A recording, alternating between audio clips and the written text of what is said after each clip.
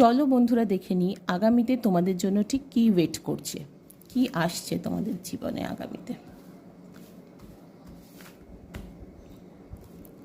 Pile 1 pile 2 যে কোনো একটা চুজ করে নাও। আমি এখানে দুটো পাইল রেখেছি, তো পাইল 1-এর জন্য ফার্স্ট কার্ড নিলাম। প্রজেকশনস। তো বন্ধুরা আগামীতে আমি দেখছি তোমাদের জন্য কিন্তু কনফিউশন আসছে, সম্পর্কের ক্ষেত্রেই হোক বা জবের ক্ষেত্রেই হোক। মানে তোমার কাছে অপশন প্রচুর থাকবে, তুমি নিজে বুঝতে পারবে না যে তোমার কোন দিকে ঠিক যাওয়া উচিত বা উচিত না, মানে এক্স্যাক্টলি কী করা উচিত। ফোকাসটা ঠিক মতো থাকছে না, তো সেই ফোকাসটা ডেফিনেটলি তুমি ঠিক করো।